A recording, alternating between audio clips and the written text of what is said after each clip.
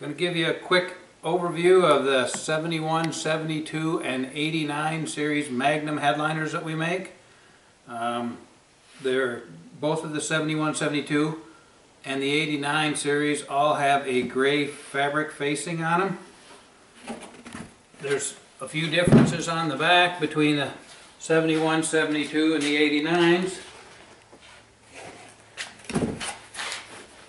They both have the same construction with fabric facing, half-inch foam, and ABS backing. This bracket up across the front here on both parts, there's little horseshoe-shaped clips that are on your old headliner. When you pull this thing out, you need to save those clips, and then when you put the headliner in, you reach through these holes and hook the clips on here in 2 or 3 different spots, and just save some of those clips off your old headliner. They do vary a little bit in speaker grills, or actually the speaker mounting.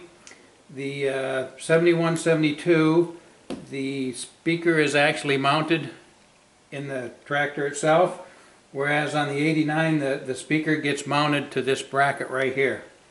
There's also another difference. The 71, 72, it's flat across the back right here, and then the 89, it has a step.